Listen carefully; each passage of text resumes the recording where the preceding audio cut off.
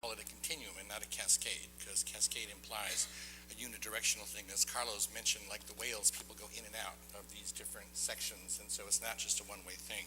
Second, I would like to say is that HIV incidence has nothing to do with the continuum or cascade, and so since I'm in the middle of four speakers on either side, I'd like you to consider this intermission. And third, I might be the only person who speaks faster than Mike Cohen, so fasten your seatbelts.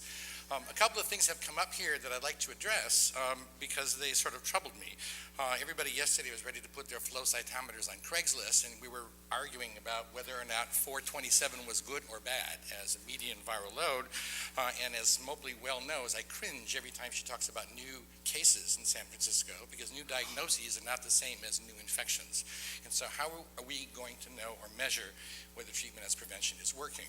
I'm going to start with some acknowledgments because I thought we were going to be cut off. We ran over time, but that didn't happen. And in particular, one colleague, Oliver Leyendecker, who has run Tom Quinn's lab for a long time, has done a tremendous amount of work, just got his PhD when he defended his thesis, and they awarded him the holy grail of incidence testing, which I'm going to be talking about a little bit more.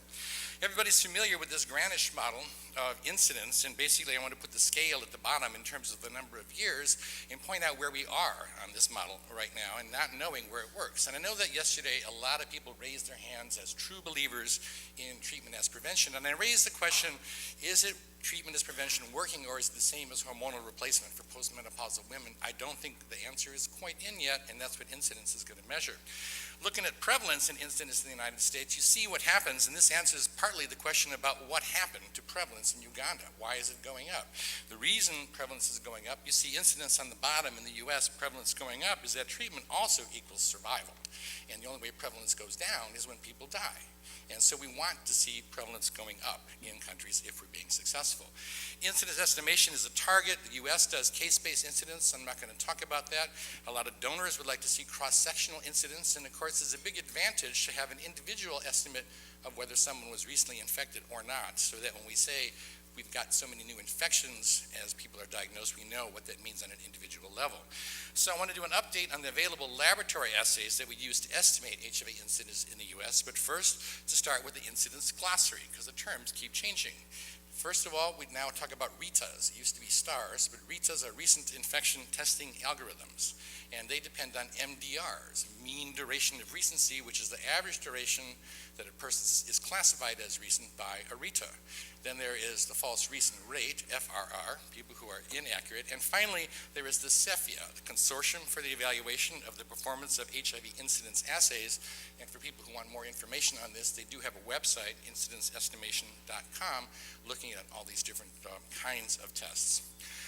Fundamental concepts is, of course, prevalence is incidence times mean duration, and the formula that we use to estimate incidence is the number of people who are positive by a RITA. You run this only on people who have positive tests, and the denominator is the number of HIV-infected people times the median duration of recency of the test, and then you can annualize this depending on the median duration of recency.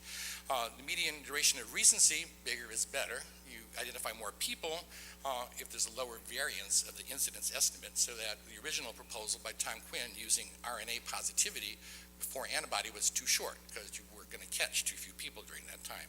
But if it's too big, it's not good because you want to measure infections that occurred in the past year, and if there are too many samples included that were people who were infected for a longer period of time, it's going to bias your incidence estimate, which is what happened with some of our earlier tests. Comparing cross-sectional incidence to observed incidence is the way we try to validate these things, and in a classical cohort, you basically would follow everybody who was infected at baseline and who became infected during the test and subject all of those specimens to the incidence test at the end of that time period, looking at the incidence between the survey rounds, which was the observed thing, and then compare the estimate using cross-sectional incidence to the observed incidence to see whether you're getting the right answer from your test. This is a very challenging thing, and most times when we've done it in the past, we've done it wrong. We only evaluated the people who seroconverted and not all the people who are already positive at the baseline. The first step in HIV incidence started back really around 1990 with antibody-based assays. People got infected. We looked at, first of all, this short interval of RNA or P24, but that was too short for a mean duration of recency. Then we looked at essentially seroconversion and antibody development, recognizing that antibody increased after people seroconverted, and we came up with cutoffs for that. And the original cutoffs were antibody quantity, that was the less sensitive or the detuned assay, or antibody proportion, which is the BED assay, and to estimate this interval between the seroconversion to the antibody cutoff, or the MDR. We're still looking a little bit at antibody for avidity and for isotype kinds of things, but the problems with the titer-based assays is that other things cause antibody production to decrease, such as natural suppression, people on therapy, late-stage disease with immune function, and then we learned that there was sequence diversity so that the median duration of recency differed with different subtypes, and there were some very substantial false recent rates that resulted in huge incidence overestimations with the titer-based assays. Avidity is based on EIA. That's what we're sort of looking at now. You start out with an EIA, except there are two wells, and in one well you just put buffer, and in the other well you put some reagent that dissociates weak bonds, so that as the antibody response matures, the bonds become more specific and they become stronger. And so if you put a dissociation reagent in, then you subject it to the regular EIA process, and you put in the monitors and the substrate or the light or the trigger, and then you compare the optical density in the treated well with untreated well to come up with an avidity index, which looks at basically how much antibody is total present and how much of that antibody is bound strongly.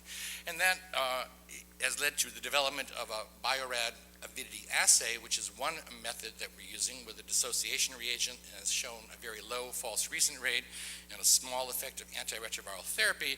And another development at CDC is a limiting antigen avidity assay. The limiting antigen avidity assay has a different principle, so that if you look at most EIAs, they start out with a whole lot of antigen, and both high avidity and low avidity antibodies bind to that. If you basically start to space that antigen out on the plate, put larger spaces between it, it becomes much easier to knock off those low avidity antibodies, and so you can end up doing this sort of in one well, but you have to be really smart about how to space the antigen the right distance apart with respect to the molecules. The advantage of this is that it might lend itself to a rapid assay, because you could put this on a lateral flow strip. CDC's got terrible acronyms, you know what I mean? BED, BED was the first one, LAG was the second one, now we got RIP. I mean, you know, what happened to things like pop art from the London School? We need to learn something from these folks.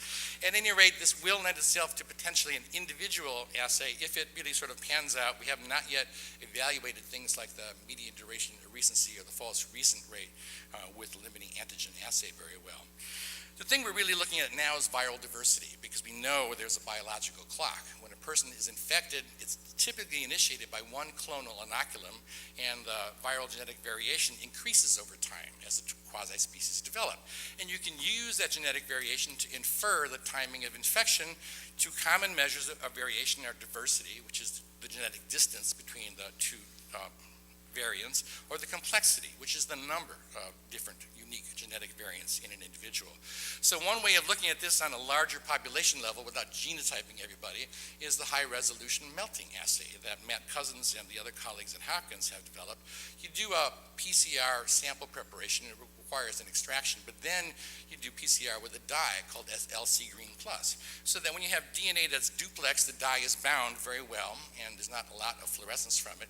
And if the DNA melts and you basically cause it to detach from itself, it releases the dye into the solution, so that when the DNA is denatured, all the dye is released, and you can measure that.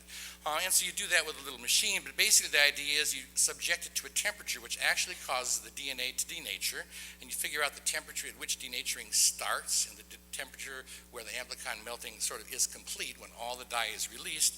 And they've evaluated that with validation, with deep sequencing, looking at the percent of diversity and the percent of complexity and Shannon entropy and other measures, basically looking at those comparisons with high resolution melting score, and they found pretty good correlation. The score is associated with the sequence-based diversity measures. Another variant of this is the amplicot method, which measures viral genetic complexity and determines HIV-1 incidence. Amplicot is basically measuring the complexity of the PCR amplicons. It's a different principle from the melting curve analysis that I showed you, but the two methods actually can be combined pretty easily, as I'll show you. And it was originally developed actually as a way to assess T-cell receptor chain diversity. COT measures DNA complexity. COT stands for concentration times time, which is the time required for a DNA sample to re-anneal. So it's sort of the next step after melting.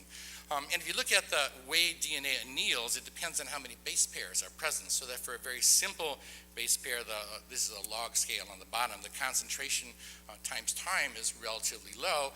When you look at a phage with about 5,000 base pairs, it takes a little bit longer. When you look at E. coli, it takes a lot longer. When you look at a calf cell, it takes a lot longer for the DNA to re-anneal after you end up melting it. So that measuring these chemetics, basically what happens is you use the same kind of green dye, and after the DNA re-anneals, it fluoresces, and so you can just measure that thing by, again, I was told when I was young, if it glows green, it's science. This is clearly proof that that's the kind of thing that happens. And so if you do an automated COT analysis in a real-time PCR machine, at baseline you end up doing a viral load to start out with, and then you basically have to do a melt in order to separate the stuff, because it has to be separated before it re-anneals, and that gives you actually a melting score. And then you look at the re-annealing to give some measure of complexity.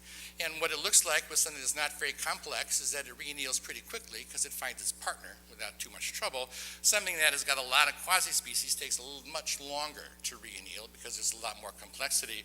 This therefore gives you measures of both diversity and complexity, and it's probably suited to large cross-sectional evaluations of specimens for incidence, except because it's PCR, it's going to require you to isolate virus from these people to do the PCR on the specimens. It's a little tougher and more expensive than antibody tests. Now, the final thing is at the individual level. Basically, the individual level is looking at the appearance of antibody bands and intensity. And this was actually first proposed by George Schuchbach a while back with a test that's not available here in North America, the Inulea line assay, which is a bit better than the Western blot. But this is one that's coming. It's already got a CE mark, and it's being taken to the FDA for approval. It's called the Genius with 2 E's, which is basically sort of a fancy point-of-care finger stick Western blot test. And what they're looking at in evaluation right now is the evaluation of which bands appear in which order and in what intensity. And of course, it has an automated reader that you just stick the cartridge in, and you can do this at point of care with a finger stick specimen. The thing calibrates itself, you connect it to your laptop computer, and it can actually transmit the result on every individual patient so that you can get it in surveillance as well as giving the patient their information. And I think this offers us a good long-term opportunity to end up measuring incidence for people. So I went through a quick summary basically of what progress we've made in measuring incidence. I really hope that it helps us evaluate what's going on with treatment as prevention so that we can indeed throw our CD4 machines away at some point in time, but I don't think we're quite ready to do that yet. So thanks very much.